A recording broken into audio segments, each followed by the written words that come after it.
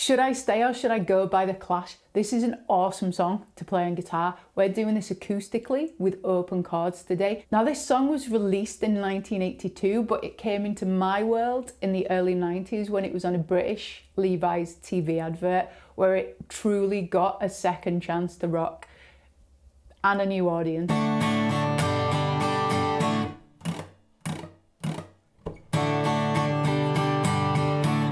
Today we are looking at the intro, which has a couple of simple techniques that make it truly iconic. We're then looking at a very simple strumming pattern for the verse and a slightly more upbeat rhythm for the chorus. The chords we'll be using today are D, G, F. I'll be using the F/C in the verses and the bar chord in the choruses. You are free to interchange those. If you want to use F/C the whole way through, because that's easier, do that. If you need to play the F major 7, use the F major 7. The other chords are A and A7. Starting with the intro.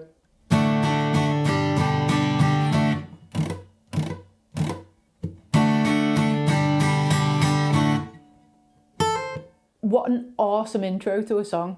We're starting on the D chord and we're going to play downstrokes for the whole intro. So we play in 1, but we don't strum it, we count it. 1 and 2 and, change to G, 3 and 4 and, change back to D, 1 and then we mute by laying our fingers lightly on the strings and play beats 2, 3, 4. And what we do to get this sound is we drag or rake the pick or your thumb across the strings. So playing that first bit, 1 and 2 and 3 and 4 and 1 and 2 and 3 and 4 and. For the second bit, we do the same chords, 1 and 2 and 3 and 4 and 1. And then we go to the 5th fret of the E string, we play that note and then hammer on to fret 8. With I use my pinky, you can use your ring finger, but we play the first note and then bang our finger or hammer our finger onto fret 8. A quick, and then mute it with the picking hand. So we get that nice short, effective sound. So the whole intro slowed down a little bit. 1 and 2 and 3 and 4 and 1 and 2 and 3 and 4 and 1 and 2 and 3 and 4 and 1 and 2 and 3 and 4 and. For the rest of the intro and the verse, I'm going to take you through 3 levels of complexity with how we can approach this rhythm playing. The easiest is a continuation of what we've just played, but we don't have the techniques anymore, so we need to count the gap. So the easiest will be to play down strum still and count 1 and 2 and 3 and 4 and 1 and 2 and 3 and 4 and 1 and 2 and 3 and 4 and 1 and 2 and 3 and 4 and. As you'll notice, the second time I'm playing D chord, I'm muting the strings with my picking hand, my strumming hand, so we can create empty space for where those lyrics start to come in. The second way that we can do this is to introduce some up strums. So we can play 1 up, down, up, down, up, down, up, down, 2, 3, 4, 1 up, down, up, down, up, down, up, down, 2, 3, 4. The third way, which I like to play, is to introduce some percussive aspect of the rhythm on the strings, because a drum beat comes in on the song. So to give it a bit of motion, I'll play you an example. 1 and 2 and 3 and 4 and 1 and 2 and 3 and 4 and 1 and 2 and 3 and 4 and 1 and 2 and what this does is it gives a little bit more energy to carry the song. In order to fit those mutes in, we use the up-down variation of the strumming pattern. 4 and 1. For the rest of this bar, we mute the strings by laying our fingers flat lightly across the strings and play and 2 and 3 and 4 and. Simplest form with the mute. 1 and 2 and 3 and 4 and 1 and 2 and 3 and 4 and. We've got accents on beats 2 and 4.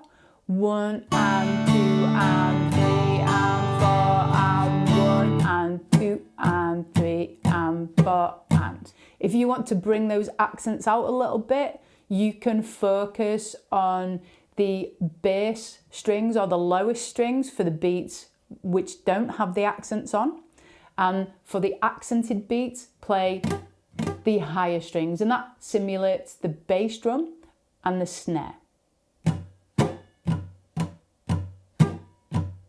1 and 2 and 3 and 4 and. Playing through the chord sequence of the verse now, I'll be including the mutes. You really don't have to, you can just play the chords. Use the mutes to serve a purpose of counting where the gap is between the chords. Here we go. Darling, you've got to let me know.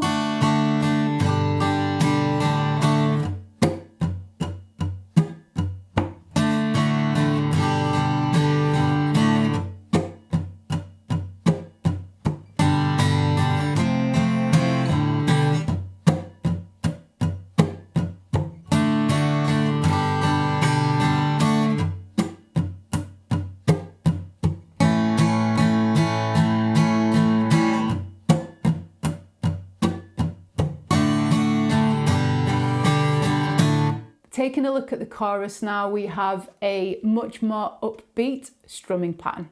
Should I stay or should I go now?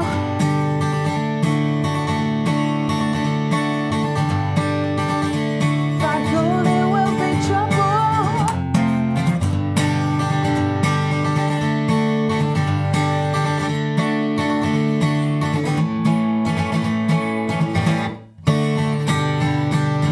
This indecision's bugging me. This is clearly a much more upbeat rhythm, and we've introduced, because the drums go into double time, we've introduced a 16 or 16 beat into this 1 bar pattern. So I'm going to count this 1 E and a, 2 E and a. So we've got a space for those beats, and we're going to play muted to start off with. 1 E and a, 2 E and a, 3 E and a, 4 E and a. Putting that into place with the chords, 1 E and a, 2 E and a, 3 E and a, 4 E and a, 1 E and a, 2 E and a, 3 E and a, 4 E and a. Quicker, with an accent on beat 1 and beat 3 and.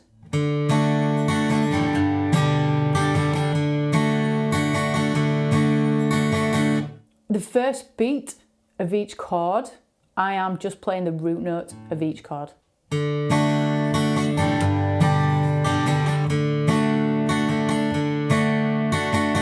Playing through the chorus now, slower, so you can get your bearings with it and strum along.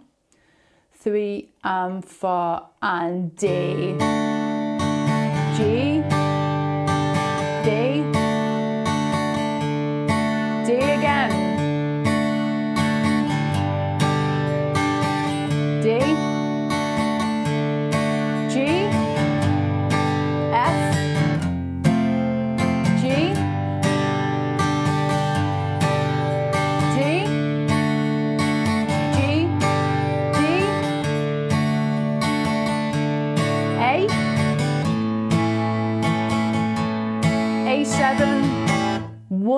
stab on A7 and then we go straight back to the DG chord riff, but come in on beat 2.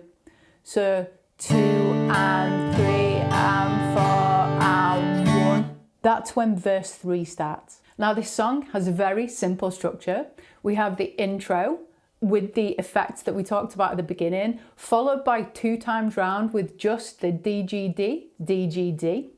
We then have verse 1, then verse 2. We have the upbeat chorus, then we have verse 3.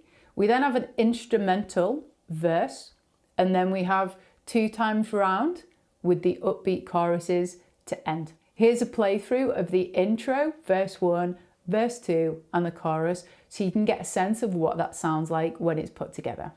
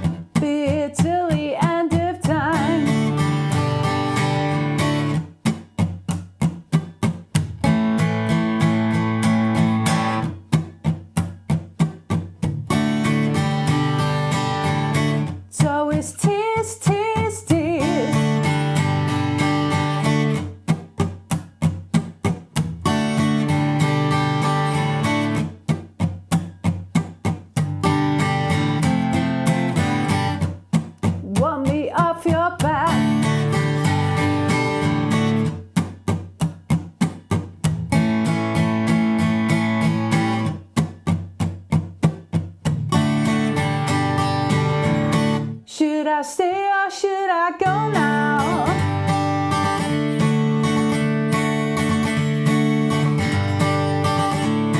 I know it will be trouble.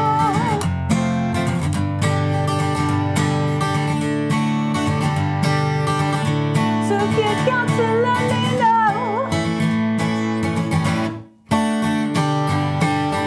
It's indecisions bugging me. In this video here, I'll show you how to play Wild Thing by the Chords. It's a classic, 3 chords. Go and have a bit of fun. I'll see you next time.